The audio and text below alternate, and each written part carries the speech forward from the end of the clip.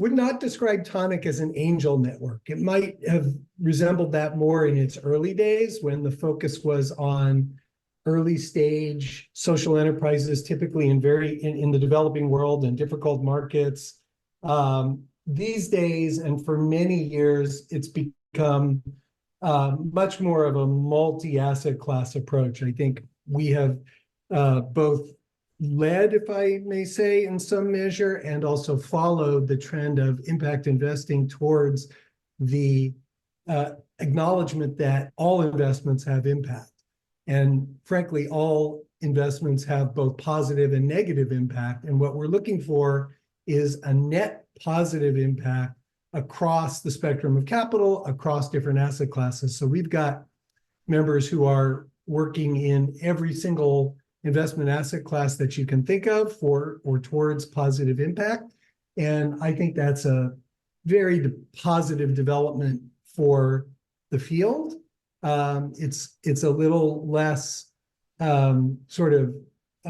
blinders on or denying, just sort of wishful thinking that we can simply put our money someplace and it'll do good. It'll do unalloyed good. That isn't really how it works in the real world. And so trying to take account of both our positive and negative impacts, I think, is a step in the right direction.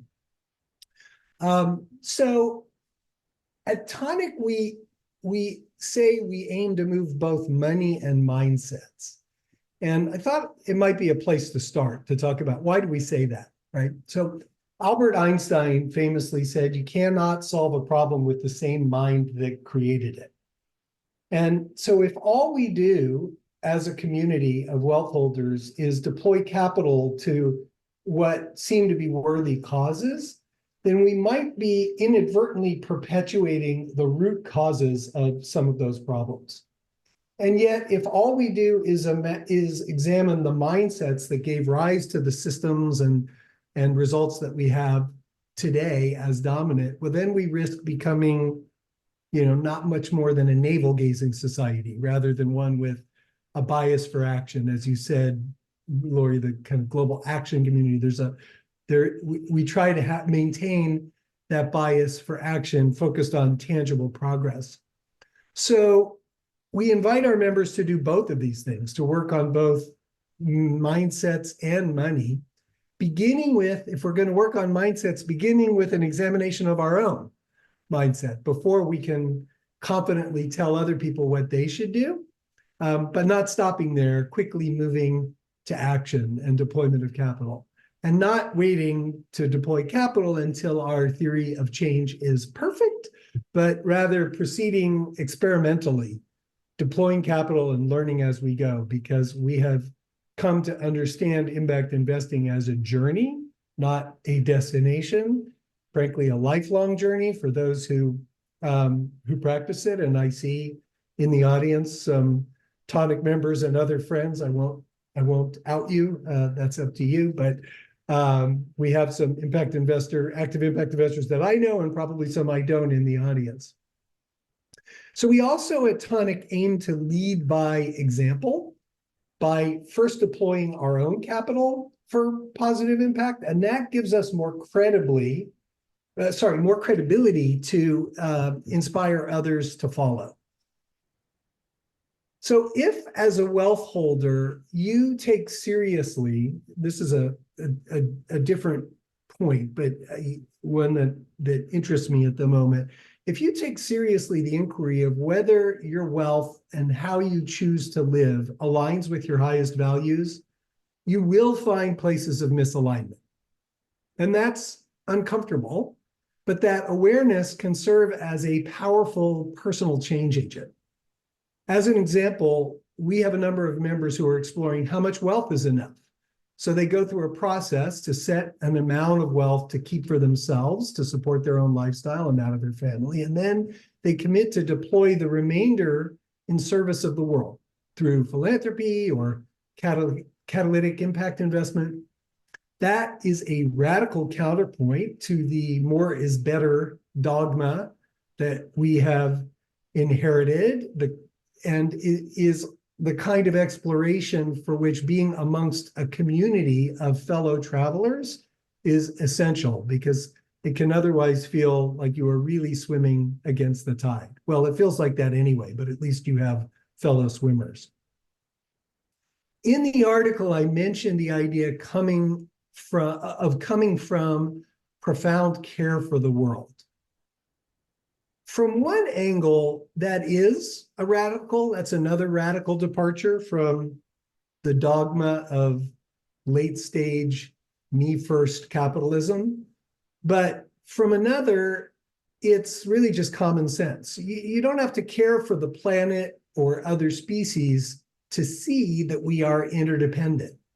We need biodiversity and a healthy planet for Earth to maintain a hospitable, to remain a hospitable home for humans. And that is true for us and for our children and our children's children, and so on. So one need not come primarily from an altruistic motivation to decide that it's just in self-interest to deploy capital to care for the world. But once you get a clear glimpse of the true interdependence of things, it tends to be something you can't unsee. Once you begin to contemplate what it means to be a good ancestor, to take a long-termist view with care for the future unborn generations, then your decisions will be different. At which point, the motives of altruism and self-interest merge. To shift from the mindset part of the equation to the money part of the equation, we also face some very practical challenges in scaling up investments towards addressing the Sustainable Development Goals, or put more simply, big world problems. The landscape is fractured, and particularly in the United States, I think we have a mainly American audience, though I see there are some folks from Europe and elsewhere here. But particularly in the United States, we're facing a backlash against even single materiality in ESG, or environmental, social, and governance factor-driven investing. And so this is the context in which we're operating now. While individuals and families typically do not have as much wealth as institutions managing other, so they can move quickly and do things institutions might say are impossible. So much of the innovation in impact investing, in systemic investing, is coming from the private wealth demographic.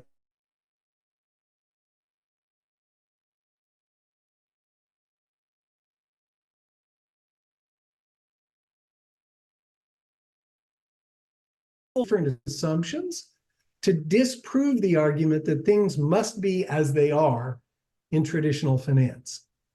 So that brings me a lot of joy, working with a group of an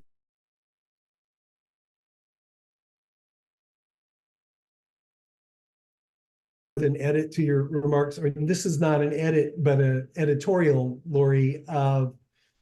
We use the term, which might stand out in your ears, of high net wealth rather than high net worth individuals.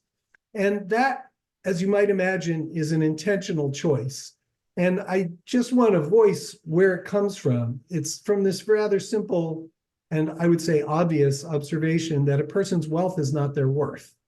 And that is that's a voice we want to carry. We have, I'm privileged to work amongst a group of people who are interested in leading by example in this way, and who do think and act differently. I think that's likely this audience too, Lori. So with that, maybe we can kick off the Q&A and get into conversation.